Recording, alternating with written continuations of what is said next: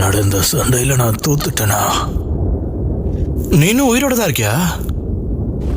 பரவாயில்ல, நீயும் பலசாலியா தான் இருக்க.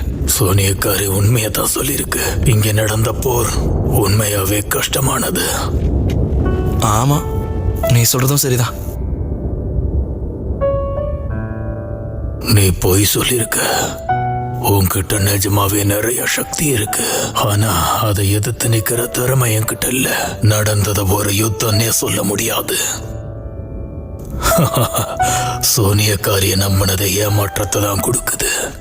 உன்னோட பலம் சாதாரணமானது இல்ல.